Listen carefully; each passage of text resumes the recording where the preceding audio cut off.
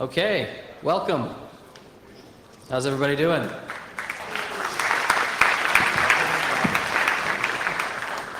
All right, so it looks like this isn't getting any better than that, so we're going to go ahead. We are here to talk about locks and lockpicking, which, from what we have been told, is not a very easy topic here in the Russian Federation. Is it true that the law makes it kind of hard for you to have locks and lockpicks? So we had no idea, and we had no idea it was kind of special for this topic to be here. So we are very glad that you're getting to learn about this, and we hope you had fun if you saw us in the hands-on area, and if you didn't, you'll learn a lot of material here as well, and this will encourage you to come and definitely try the hands-on area next time, because we had a really good time here in your country, and we'd like to come back. So if you're wondering who we are and what the heck we do and if we have real jobs, we usually like to think of it like this. When we're dressed really nice, we have actual penetration company jobs, and when we're dressed in black t-shirts, we're usually at a HackerCon. So two of us own a company called the Core Group. Keith works with us also as well. That sort of job is, you know, how we pay the bills. We do this for a living. We break into buildings, we assess security physically, we bypass alarms, we steal a bunch of stuff and run out of there. It's really fun, I gotta say. It's a good way to make a few bucks. Hey, look at that. Woo-hoo. Hey, all right. Almost. Yay, there we go. So, when we're not getting paid, when we're just kind of in tool mode, Tool is actually a nonprofit. Tool is an organization in the US and elsewhere around the world just dedicated to teaching people. So we set up public workshops, we give lectures, we even run games sometimes and contests. Who saw the Labyrinth contest this year? That wasn't us. That was awesome though.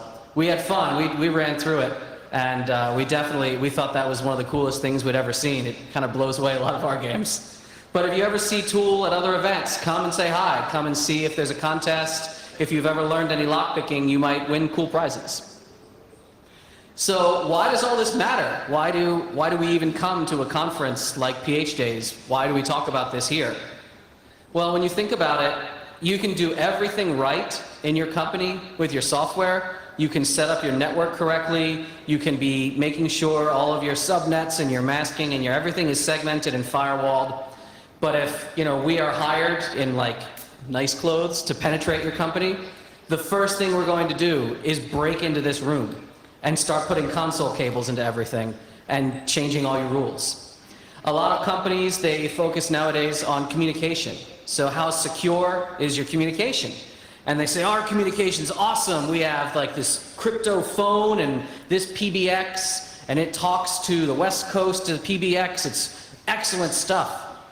And we say, okay, there's probably still a room like this in every building, everywhere. And again, if you break into this room, all you need is some little clips. You plug that into a headset or plug that into an MP3 recorder, is pretty funny.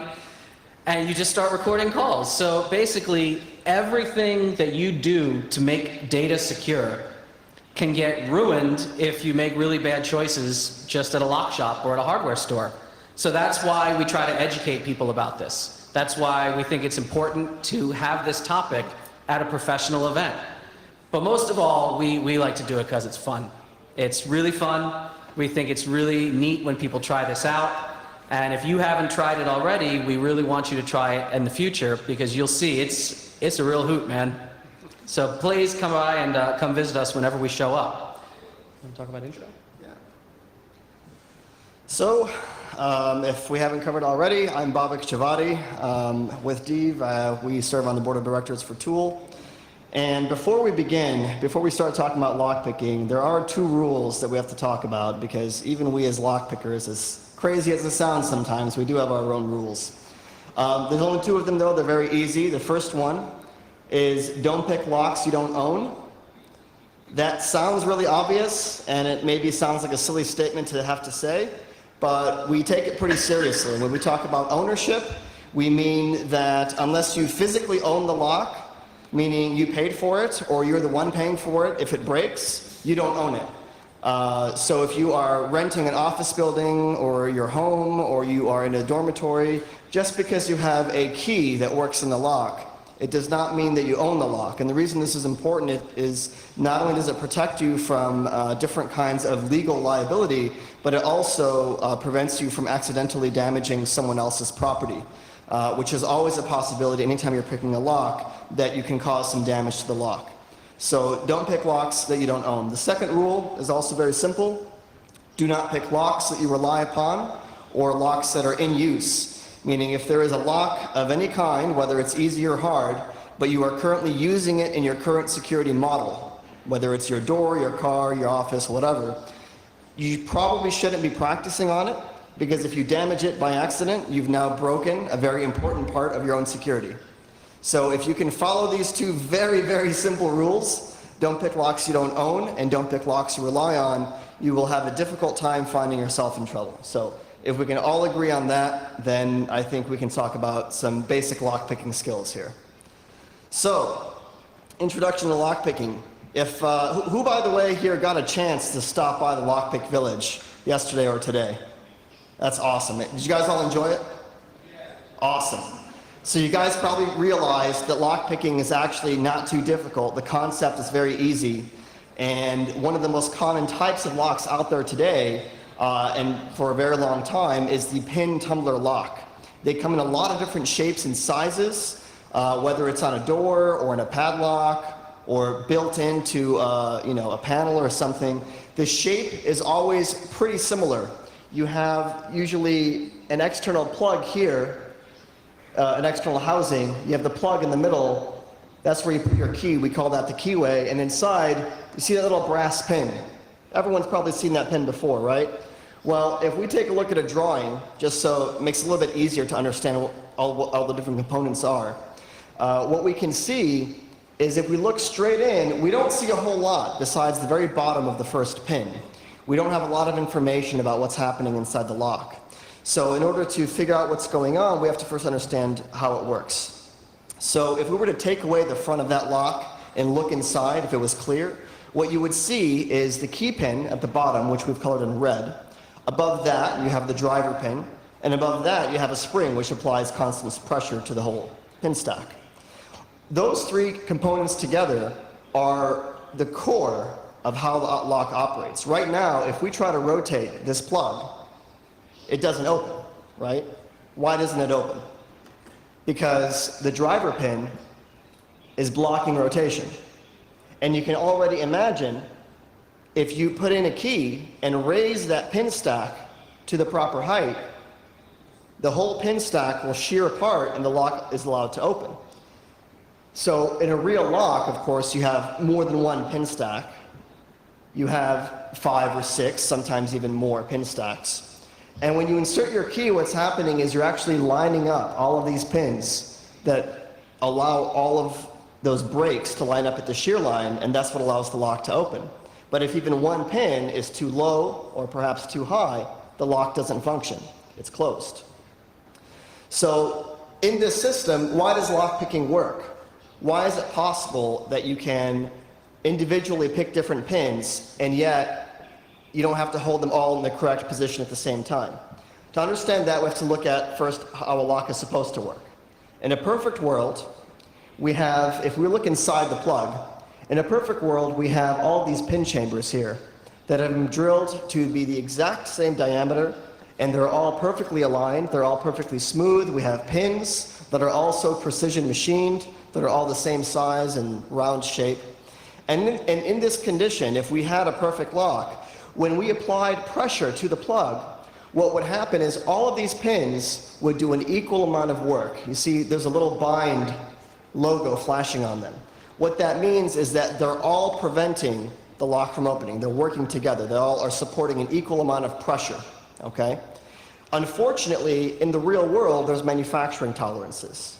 You have issues during manufacturing that if you specify that a hole should be 2 millimeters wide, it's not actually 2 millimeters wide. Maybe it's 2.0001 millimeters wide, or maybe it's 1.999 millimeters wide. And what that causes is tolerance issues. You might have tolerance issues in the pins. Perhaps they're not the right shape or there's a small piece of material missing from them. And the end result of that is a slightly imperfect lock. So this is a more realistic but exaggerated image of a lock. And what you can see is some of these holes don't appear to be perfectly aligned. In fact, number 4 is a little bit offset to the right. Does everyone see that? What that creates is a really serious tolerance issue in the lock. And now if I try to rotate this clockwise, one or more of the pins is trying to do more work than the others because that pin is the most out of tolerance. So in this example, pin number 4, because of this issue here, is actually binding the hardest. It has the most friction against it when you're applying pressure before the lock is opened. And we can actually exploit that. We can get the lock to tell us which pins are binding most, which pins have the most severe tolerance issue that's going to allow us to open the lock. So if we take a look at just pin 4, when we apply tension to the plug, what happens as we raise the pin is the plug will rotate just a few thousandths of a millimeter. And what happens is you have the driver pin sitting on the very corner of the plug right there. And even if I were to let go of the key pin, that will actually fall back down and the driver pin will stay in place. And now that pin is out of the way. As long as I maintain constant pressure, that driver pin will stay in place. And now that 5-pin lock is a 4-pin lock. So in lockpicking, all you're doing is you're using your pick tools to get the lock to leak information out of the cylinder to tell you which pins are the most out of tolerance. Okay? So we're applying pressure and we're going through one by one feeling how much friction there is on each pin stack. And the pin or pins that have the most friction are the ones that we pick first.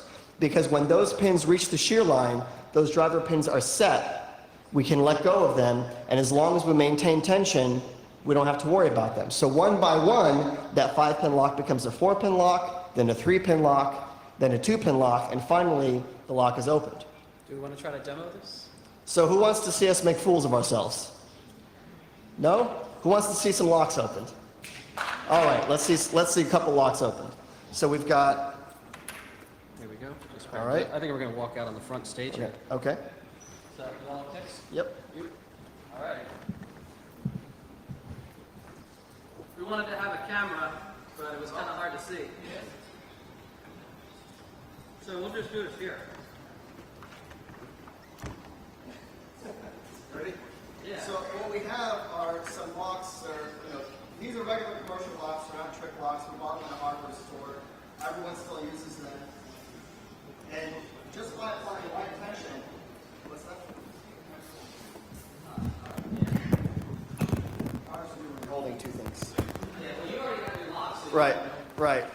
So just by applying some light tension, I can use the pick tool to go around inside and feel which pins have the most friction on them. And with a little bit of luck, and of course now that I'm on top of the stage. So now that I've gotten it, if I continue pushing, the lock is open. So these are simpler locks that we're using here, and the issue is that because they're cheap, they can't afford to do a lot of really tight tolerances during manufacturing. So as a result, the lock is easier to pick. And this is one of the reasons why, it's so easy. The cheaper the lock is, the less time they can spend during manufacturing making it precise, and as a result, the lock is usually easier to pick. So, shall we move on? Okay.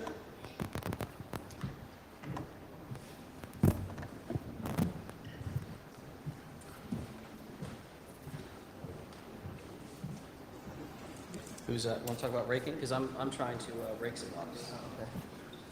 So that's pin by pin picking. You might have also seen at the Lockpick Village or elsewhere, you might have seen another technique that uses a slightly different shape of tool called raking. Instead of moving the pins one by one, what you're doing is you're applying tension and you're using a rounded tool to, you're brute forcing the lock. You're fuzzing it, you are just attacking it randomly, pseudo-randomly, hoping that all the pins set in the correct position. And in many locks, like these here, raking is actually a very, very fast and efficient technique, simply because the tolerances are so poor that it allows the pins to set very quickly and very easily. Nicer locks, high security locks, generally you will not be able to rake those. It'll require much more precision and technique, and for that you'll use a hook and you'll spend a lot more time. But for cheaper locks, raking moves very, usually pretty quickly. Another type of tool that you'll see is the half diamond. So we've already seen the hook, we've already seen the snake rake. Now we have the half diamond, and what's interesting about the half diamond is that I can use it for lifting the pins one by one, or I can also use it to rake through. And so I can switch between these two techniques as often as I want, right in the middle of the process.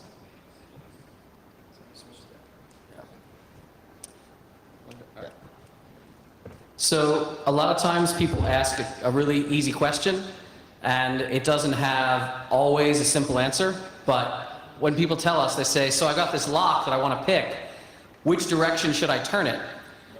The fact is, if you turn a lock the wrong direction, sometimes you're just like locking it more. You can turn it to the lock position. Even for some locks you can lock twice, sometimes with deadbolts and things. So if you want to try this with locks you have around, there are a couple of basic rules. The rules really are padlocks almost always turn clockwise.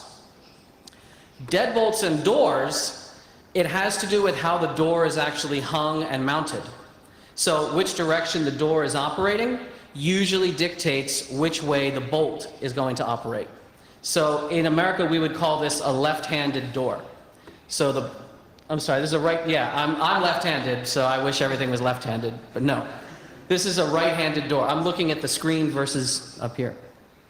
So on a door like this, where the bolt is actually sticking out the left side, normally, and you'll see this if you ever open a door and kind of look at it from an angle, normally the bolt mechanism is slightly above the lock. That's usually the case, because the tail piece of the lock is usually interacting with the bolt by sticking up into it. Does that make sense? So almost always, if you want the bolt to go into the door this direction, you want to turn the lock in this direction. And of course it would be flipped on another door. Now sometimes locks are just weird. Sometimes that's not how it works. Sometimes the linkage is a different type of mechanism. Or sometimes there are plenty of doors where there's just you can't get your tools on one side. Sometimes it's way easier to pick the lock in the other direction, and that's just the way it works. In those instances, there is something called a plug spinning tool. Here's two examples of plug spinners. And it's just a very heavy spring. You twist it, you lock it, you stick it in. So if you have the lock picked the wrong way, you press a button and it triggers and it spins so fast that the blue pins don't fall back down. It'll spin the lock around the other direction. Maybe we'll bring one of those with us next time and you'll get to play with them. They're kind of neat. They're a little bit expensive, but they're one of those things that you don't have in your kit. And that one time you wish you had one, you would pay any amount of money to have one if you're on a job. Because you can pick a lock like 6 times the wrong way and you're like, God damn it! So yeah, I used to never have a plug spinner, but now we keep one in the bag. In the end though, with all of this, no matter which way you're picking or how you're lifting or what type of tool you're using, as long as you relax, as long as you don't push too hard, things will work. If you tried this and how many people were trying it and they thought it was like not working, but then once they just kind of stopped pushing so hard and they were talking with people around them, the lock would just open like all of a sudden. Did it surprise you? It's because you weren't trying so hard. You weren't overthinking it. If you relax, the locks will open and they will make you happy, and we will be happy that you're learning from us. So it's really not that difficult. But there are other kinds of locks, and we're going to tell you about a couple other kinds of locks and opening attacks right now. Anybody want to talk about wafer? So another type of lock that's very, very common, you guys can all probably recognize these, are wafer locks. Who's seen a lock like this before? There we go. Pretty much everyone. You've seen them on filing cabinets, drawers, ATMs, all sorts of interesting places use these locks. And there's a reason they're so common. They're usually, not always, they're usually very, very cheap to manufacture. There's some other issues about how they're designed and how it wears that makes them advantageous, but by and large, they're just very cheap to manufacture. And they don't work that differently from pin tumbler locks. They're just shaped a little bit differently. So inside, instead of having little pins that move up and down, you have wafers that, when you look inside the lock, may appear to be square. But if you were to look inside and take it apart, what you would see, instead of round pins, you would see these little flat discs that we have here in red. And the flat discs have a little tab on the top and on the bottom. And if that disc is not in the correct position, if those tabs aren't lined up, it doesn't work. But you can imagine, once the tab is in the correct position and it's not too low or too high, the lock opens. Just like pin tumbler locks, especially cheaper ones, wafer locks are oftentimes very easy to open, and usually raking will work very, very well on them. So as I mentioned, you see them on filing cabinets, desk drawers, where people write their very secure password because their password policy is so strict that they have to change it, 3 times a week, and it has to have an uppercase letter, a lowercase letter, a special character, two non-consecutive even numbers, stuff like that. But you see them everywhere. You see them, even on server cabinets, alarm panels. There's a lot of different places that you'll see wafer locks that they necessarily aren't always appropriate for. So, again, more alarm panels. If someone can open this, without having to cut the box open, makes their job a lot easier. They might get access to something that you may not want them getting access to. So oftentimes we see boxes like these inside of rooms that aren't secured very well, probably because whoever installed them thought, well, we don't have to secure this room very well because the box itself has a lock as well. And surely anything with a lock, no one can open without the key.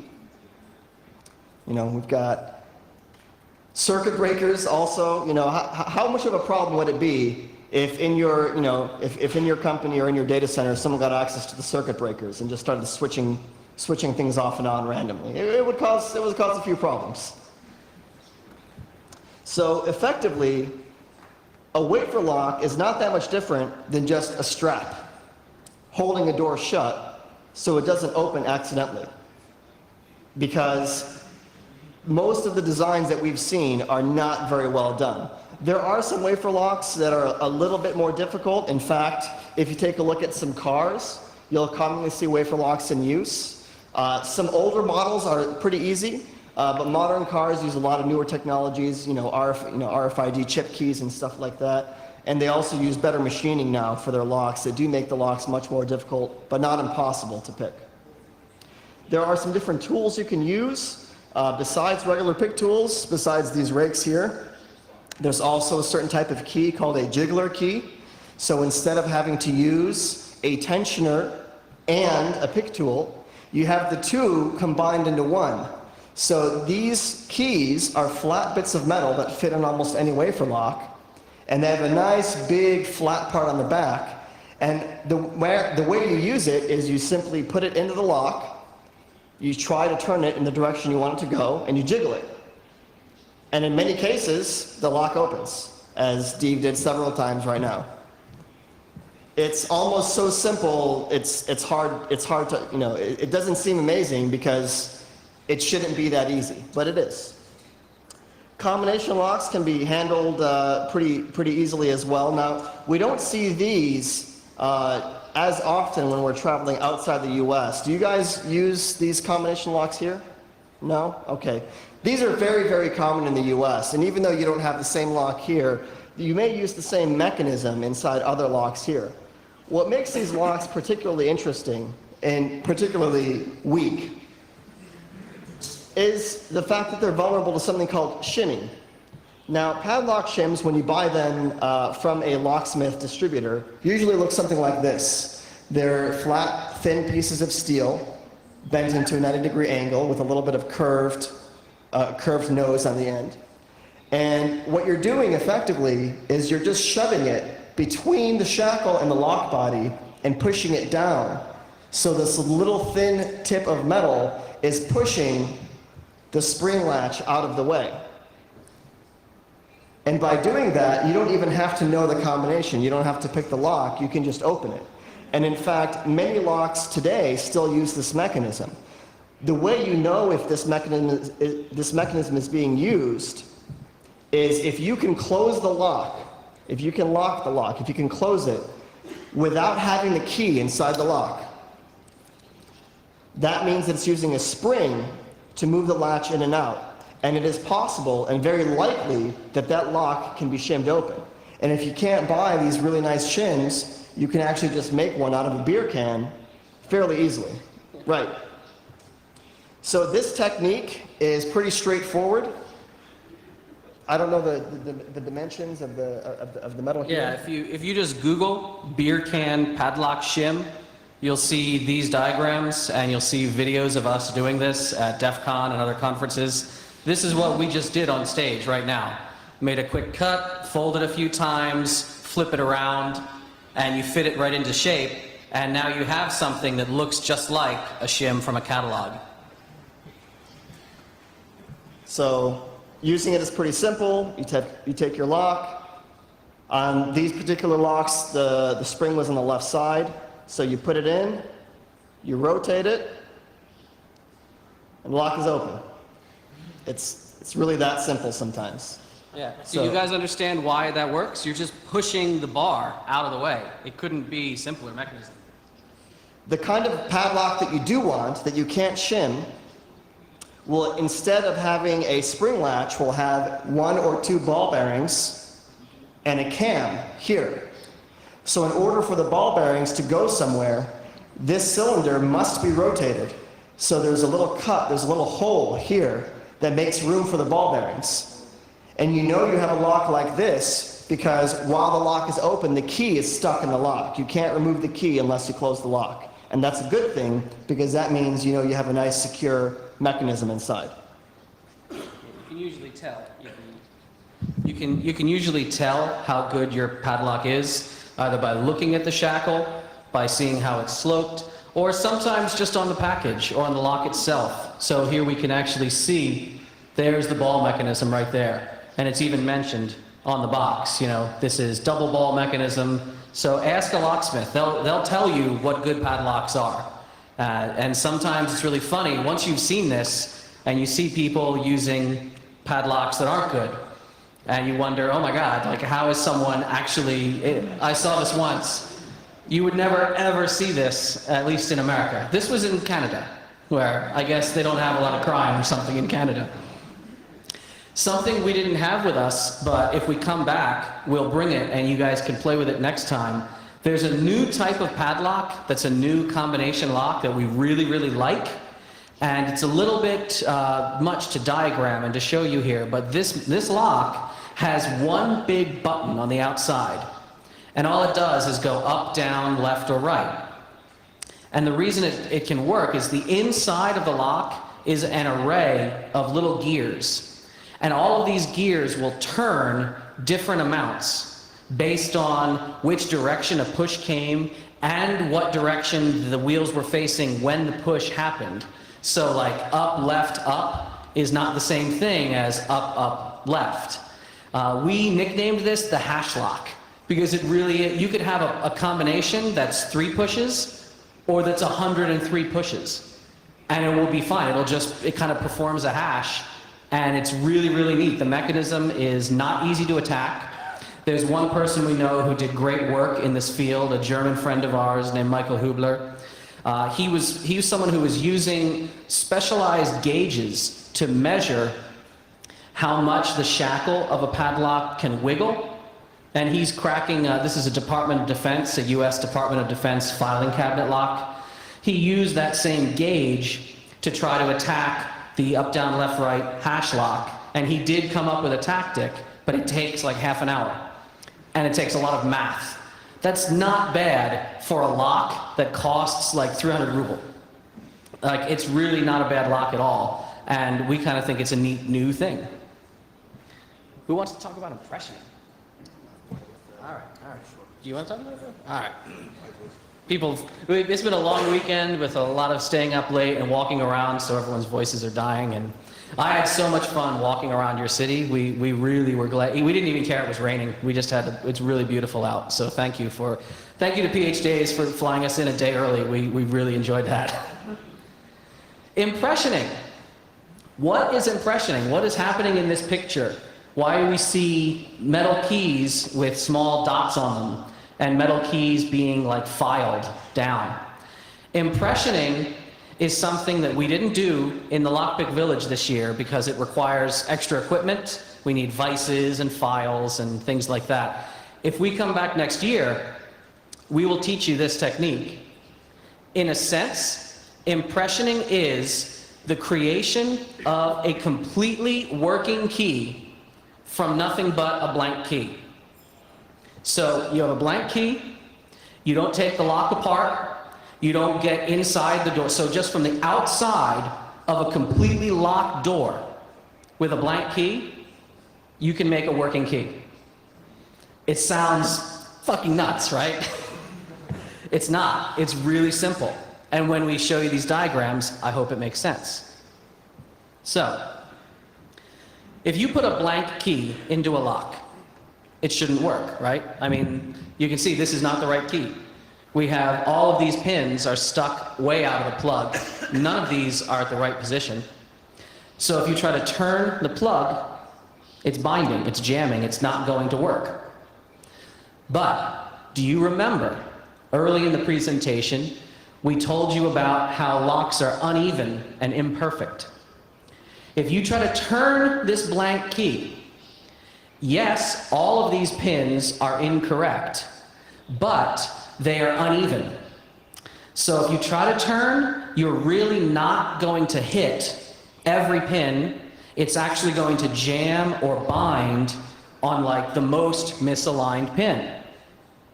And if you turn the other direction, it might jam on a different pin.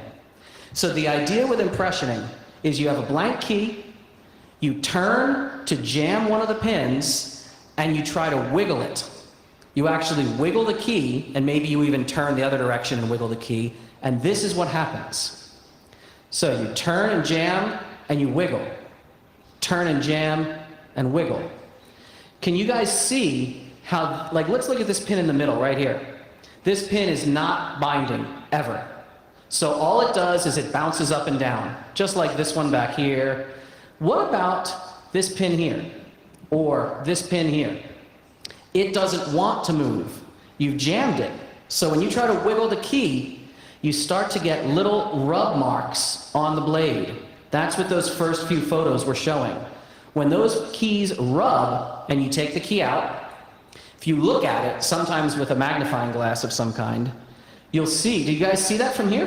Can you see the little marks?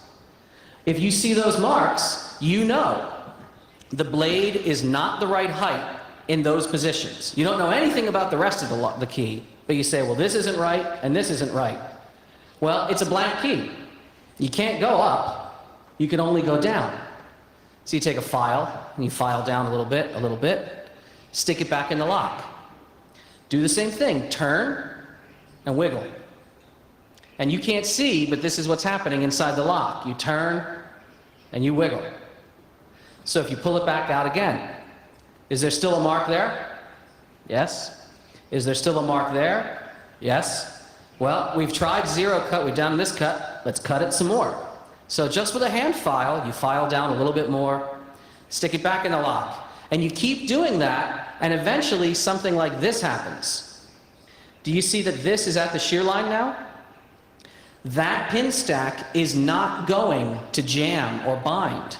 So if you turn and wiggle, and take this key back out, now you look at it. You say, well, I still have a mark here. Hey, this mark is gone. Stop, don't touch it anymore. Leave that one alone. But then back here, there's a new mark. So you file where you see marks, you don't where you don't see marks, and bit by bit, this is what it looks like. This is impressioning. you can make the whole key walk down, walk down, walk down, and it's just because you're looking for these tiny marks and then filing them away. Does anyone see a mark? I know the brightness is pretty high, but I don't know if any of you think you can see it. There is a mark right there on that key. That's what it looks like. It's a very delicate process. We'll show you a couple of photographs right here. This is one of our friends, Jos Vejas. He is from Holland. He's probably one of the best impressioning people we know. Here you see a key, just looking at it in different light. Can anyone see that mark right there? That is absolutely what you're looking for. It's really, really tiny. Sometimes just looking at the key through different lighting is all you need. You can barely see a mark in that photo right there. I think we even have a couple of video clips that illustrate this even better. So, here we have a key that has a mark. You can see it, right? Look what happens when you try to pass this key, hello? There we go, into or out of the light. That's what you're looking for, just these really tiny dots. And next year when we come, we'll bring like magnifiers and all kind of good things. That's all you're able to see a lot of the time. And it's really delicate work, it's really intricate work, but if you can make it open, it's amazingly successful. Because once you open a lock with impressioning, it's not like lockpicking, where you opened it once and you're like, all right, good, I got it once. If you open a lock with impressioning, you own that lock. You've popped it forever. You could always come back to it in a day, in a week, maybe even in a year. And it's a really amazing skill to have if you're trying to do any type of physical penetration work. So there are whole contests where people compete about this sort of thing. That person you saw earlier, Jos Vejas from Holland, that's him right here, representing Tool. We'd like to show you a video of impressioning because we didn't have the whole equipment with us, but we think this will make you kind of impressed. This is Jos Vejas and Arthur, the German champion, going head-to-head in the final round at a competition one year. And it's, well, we'll let the video play. You have sound?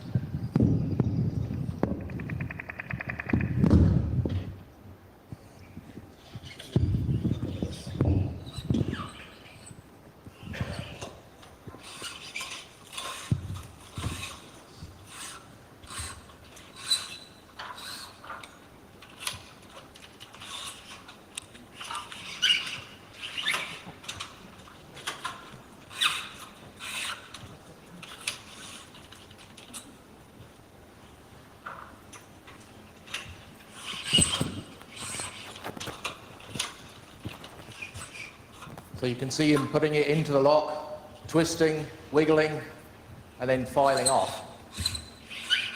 He's using a fairly firm file.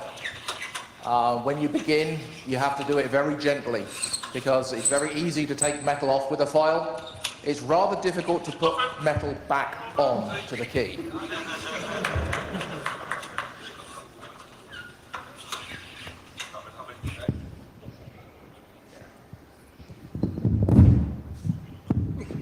So yeah, that was one of the most amazing things I had ever seen. Jos Vejas is a really cool guy. He taught us a lot of what we know about impressioning. He runs a lot of cool events in Holland with Tool, and we're very thankful to be friends with him. I would have never thought this technique was actually possible for like a basic person if I wasn't sitting with him in a Tool meeting in Amsterdam. And he's like, no, you're doing good, keep at it. And I'm filing it. And when the first time that lock opens, you want to keep that key forever. I still have that key that I made. And hopefully next year, a lot of you will go home with keys that you made because we want you to try. Would you guys try this if we brought the whole like impressioning kit next time? Maybe? Good, good. Who wants to? And this doesn't just work on house locks. I used to make locks, open locks for a living. I impressioned a key for an aircraft.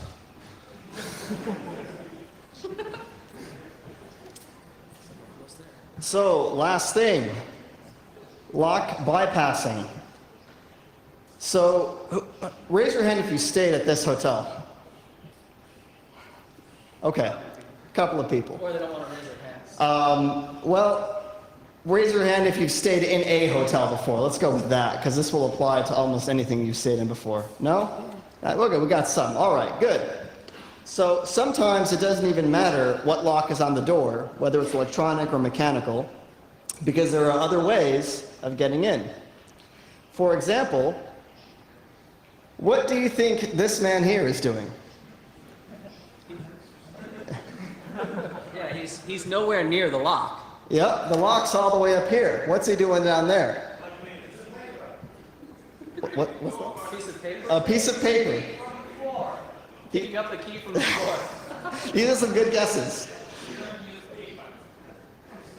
That's a mirror. No, some of them are good guesses, some of them aren't, but that's okay. He's using an interesting tool called an under-door tool. And the way the under-door tool works,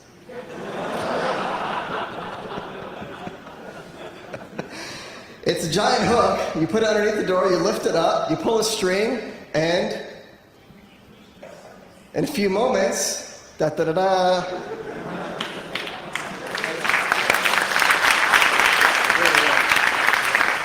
So let's look at it from the other side.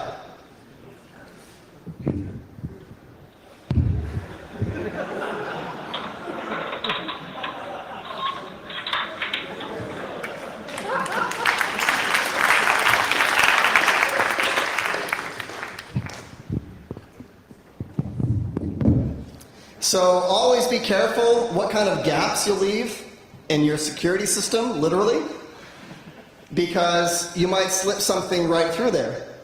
In fact, if anyone was near the ATM earlier, we all saw how, there was a gap in the ATM that allowed you to slide a piece of wire into the ATM and press, the service maintenance button, which would allow you to reprogram the ATM without having to open it up. So this is a really interesting attack because most people don't think about it. Most people think, okay, well let's try to borrow the maid's key, or let's attack the mag stripe, let's do something else. But because the handle is shaped the way it is, remember the lock is designed to open the door even if it's locked from the other side, because it assumes that it's a human trying to leave. So if you can simulate that, if you can just use a piece of wire or something to pull that handle down, you don't have to worry about the lock. This is a really interesting bypass, and it's been used many times before, both by locksmiths and commercial penetration testers, but also agencies, from different states, different governments, trying to do whatever it is that they do. And I opened one of these doors, and the lady that was in the office that had locked herself out, she said, "You did that faster than I could open the door with the key." Once you practice, that's how quick it is. So, by the way, a quick patch for this particular attack. If you are in a hotel room and you're worried that someone might do this, what you do is you take your towel and you stick it. Whoops. Yeah, we don't have a photo of it. But if you take your towel and you stick it in the handle so that the hook can't actually come around behind it, then there's no way to get an underdoor tool around the door handle. So just think how this works and make sure that there's nothing that can come around the handle and pull it down, and your problem is more or less solved. There are other types of bypasses. There's, you can just use this tool here, which is Keith's tools, actually, when we first met Keith. Yep. So this is just a bent piece of metal, and you can use it to, just like you use a credit card or something to slip between the door, you can use it to just pull the latch open. Do we have a video of this? All right.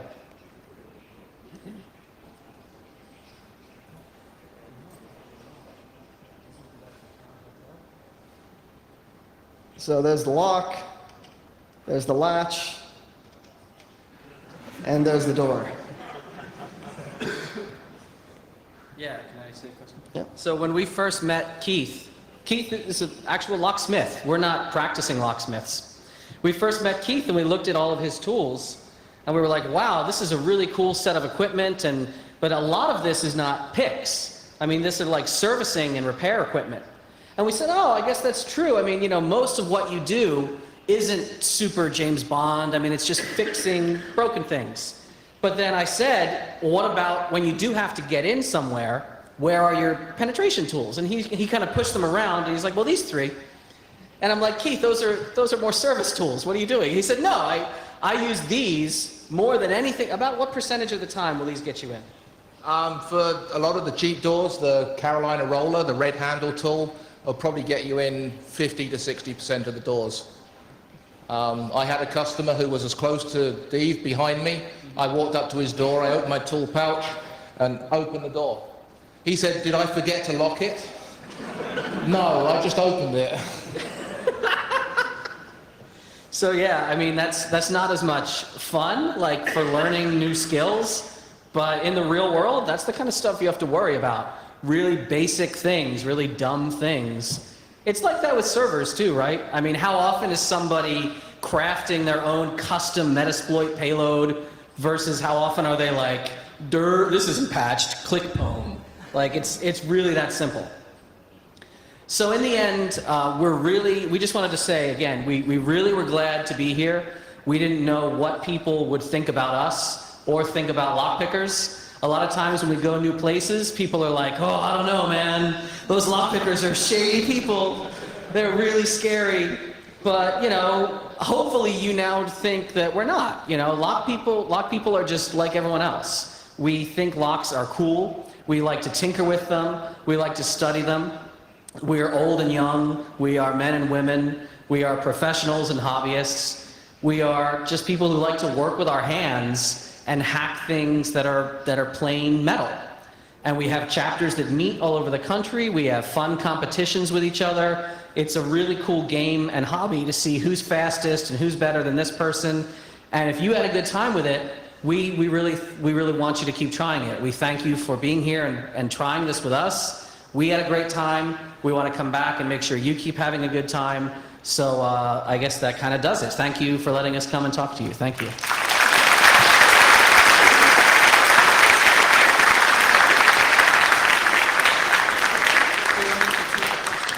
We've got a couple minutes for questions if anyone has one or two questions. Are there any?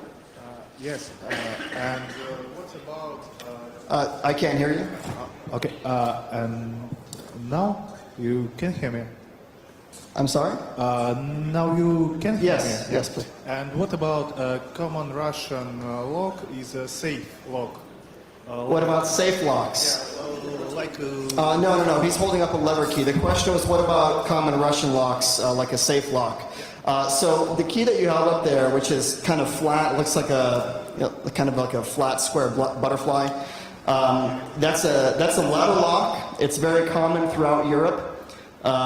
We didn't have any animations that we could show you today. They are pickable. They require a different skill set, a different technique, and in fact, some of them are exceedingly difficult to manipulate. But just like any other locking mechanism, they can be picked as well. They're just not as common in the US, but they're common everywhere else in the world. Thank you. Yeah. Any other questions? No? All right. Thank you very much.